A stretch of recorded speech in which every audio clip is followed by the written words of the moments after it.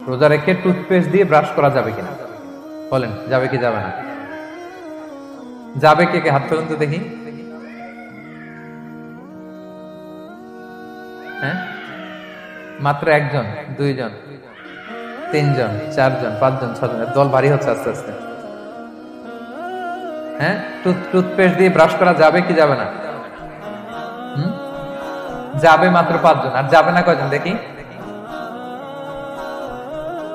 যাবে না, অনেকে যাবে না। অনেকে হাত তোলে না, ভাবছে কোন জায়গায় হাত তুলে কোন বিপদে পড়ি। চুপচাপ দেখি যে কোনটা জিতে। যাবে না? যাবে না, দল ভারী না? যাবে? এই সুন্দর বলছে, যাবে, কিন্তু না করাই ভালো। অনেক অসাধু ব্যবসায়ী আছে রমজান আসলে নিত্য প্রয়োজনীয় পণ্যের মূল্য বৃদ্ধি করে দেয়, এরকম আছে না নাই? এগুলো করবেন না, মজুদদারি করবেন না, পণ্যের কৃত্রিম সংকট বাজারে করবেন না। আপনি লাখ টাকা কামায়া ভাবছেন যে রোজাদারদের কষ্ট দিয়ে ধনী হবেন, এমন রোগ আল্লাহ আপনারে দিবে, কোটি টাকা দিয়েও আপনি হাসপাতালের বিল পরিশোধ করার ক্ষমতা আপনার হবে না। খবরদার। আর শেষ বয়সে দেখবেন কি কষ্ট আপনার হয়। আপনি রোজাদারদের কষ্ট দিচ্ছেন, আল্লাহ আপনার সুখে রাখবে? আল্লাহর দোহাই লাগে আমার ব্যবসায়ী ভাইরা এটা করবেন না। আরব বিশ্বে আমরা দেখেছি, আরব বিশ্বের ব্যবসায়ীরা সারা বছরে ব্যবসা করে, রমজানে ভর্তুকি দেয়। আর আমার দেশের কিছু অসাধু ব্যবসায়ী রমজানে গলাকাটা ব্যবসা করে আর সারা বছর সইটার উপর দিয়ে চলে। চিল্লায় বলেন ঠিক কিনা? করবেন না, এটা করবেন না। নিত্য প্রয়োজনীয় পণ্যের মূল্য বৃদ্ধি করা হারাম, পণ্যের কৃত্রিম সংকট তৈরি করা হারাম, মজুদদারি করা হারাম, রোজাদারদেরকে কষ্ট দেয়া হারাম। এটা করবেন। আল্লাহর রাসূল সাল্লাল্লাহু আলাইহি ওয়াসাল্লামের সম্মানকে খাটো করে কবিতার নামে, গদ্যের নামে অশ্লীল শব্দ চয়নকে আমরা মেনে নিব? অশ্লীলতাকে আমরা মেনে নিব? কারণ আল্লাহর নবী আমার ঈমান, আমার নবী আমার ঈমান। নবীকে ভালোবাসা ঈমানের অংশ শুধু এতটুকু নয়, আমার নবীর ভালোবাসাটাই হচ্ছে ঈমান। চিল্লায় বলো ঠিক কিনা? আমার নবীর জন্য আমরা বুকের তাজা রক্ত বিলিয়ে দিতে রাজি আছি না নাই?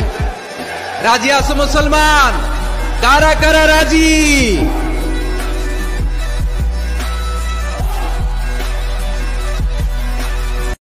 এমন অনেক কিছু ঘটে যায় যেটার উপর আমাদের কোনো হাত থাকে না। জীবন আপনাকে অনেক কিছু দিবে, আবার কেড়ে নেবে। আল্লাহ এভাবেই পৃথিবীটাকে সাজিয়েছে। ইয়াউমুন লাকা ওয়া ইয়াউমুন আলাইকা, একদিন আপনার ভালো যাবে, আরেকদিন খারাপ যাবে। ওয়া তিলকাল আইয়ামু নুদাবিলুহা বাইনান নাস, আল্লাহ বলেন যুগটাকে আমি ঘুরিয়ে ফিরিয়ে মানুষের সামনে এভাবেই আনি। This is the routine work of this দুনিয়া। সমস্যা তৈরি করেছে কে? আবার সমাধানও দিয়েছে কে? আল্লাহ doesn't create a lock without its key. আল্লাহ কখনো চাবি না বানাইয়া ওইটার তালা বানায় নাই। কথা কন? তালাও যেহেতু আছে, ওই তালার চাবিও বানিয়েছে কে? নিজের সাথে নিজের বোঝাপড়া অনেক দরকার। আপনারা নিজের সাথে নিজে কথা বলেন? বলেন না? বলবেন। নিজের সাথে নিজে কথা বললে অনেক কিছু বেরিয়ে আসে। আপনি আপনার মনকে জিজ্ঞেস করবেন, মন আপনারে ঠকাবে না। আপনার বিবেকটা আল্লাহর দেয়া অনেক বড় আদালত, এই আদালত কখনো আপনারে ঠকাবে না। চিল্লায় এখন ঠিক কিনা? নিজে নিজে বোঝাপড়া করবেন, চিন্তা গবেষণা করবেন, আল্লাহর দেয়া রেশনাল, আল্লাহর দেয়া কমন সেন্সকে কাজে লাগাবেন। আমরা আকল বলতে একটা কথা বলি না, এটাকে ইংরেজিতে বলে কমন সেন্স। কি বলে? Common sense is very uncommon thing. Common sense হচ্ছে এমন জিনিস যেটা খুব আনকমন, এটা অনেকের থাকে না। কথা কন? প্রত্যেককে আল্লাহ কমন সেন্স দিয়েছে। আল্লাহু আকবার। মানুষ অনেক সময় মুখ ফসকে কেমন কমেন্ট করে ফেলে অন্যের ব্যাপারে, এটা দিয়ে সে মাঝে মাঝে জাহান্নামী হয়ে যায়, কিন্তু সে ভাবেই নাই এই শব্দে আমাকে জাহান্নামে ঢুকাবে। কারণ এই মুখ দিয়ে যা বেরোয় এটা বলতে অনেক সাবধানে। রাসূলুল্লাহ সাল্লাল্লাহু আলাইহি ওয়াসাল্লাম বলেছেন, 2টা অঙ্গের গ্যারান্টি যদি কেউ আমাকে দেয়, আমি তাকে জান্নাতের গ্যারান্টি দেই। মাইয়াদমান লি মা বাইনা লিহিয়াইহি ওয়া মা বাইনা রিজলাইহি আদমান লাহুল জান্নাহ।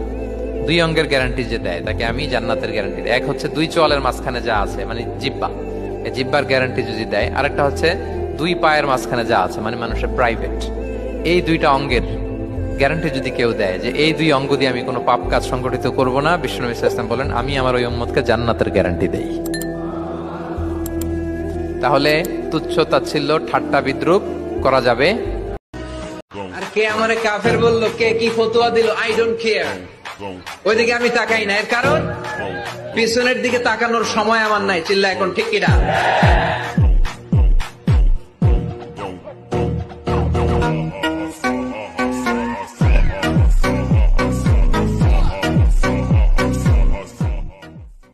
এবং সবচেয়ে ভয়ঙ্কর ব্যাপার হচ্ছে আপনি যখন কারোর উপর জুলুম করেন, ওই মাজলুম আর আল্লাহর মাঝখানে কোনো ফারাক থাকে না। আল্লাহ ওই ফারাকের পর্দা উঠায় নেয়। খবরদার, মজলুমের কান্না কখনো বৃথা যায় না। জীবনের কোনো না কোনো সময়ে এর প্রায়শ্চিত্ত আপনাকে করতে হবে। জীবনের কোনো না কোনো সময়ে এর প্রায়শ্চিত্ত করে আপনাকে মরতে হবে।